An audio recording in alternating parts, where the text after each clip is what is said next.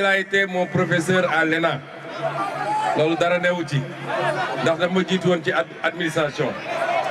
mais il a été un très mauvais professeur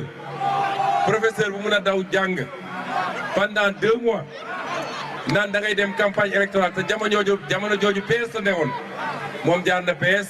jaar na PDS jaar na APR tey mu ne dafa yor parti il a été un très mauvais professeur ma woo ko débat xanaa kay boo ne yaay professeur u nit mu ne la kaay ñu débat di nga ñeme ma woo ko débat mu daw waaye c'est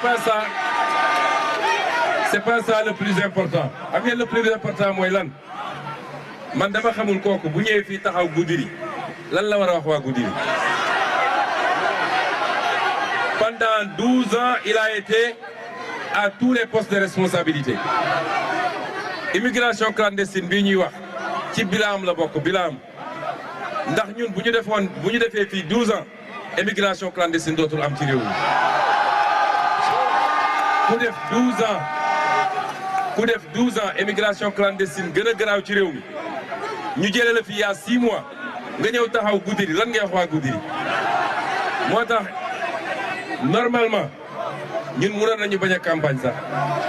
waaye namm askan bi moo tax ñuy campagne mais li ma leer ba leer mooy les Sénégalais ne commettront jamais l'erreur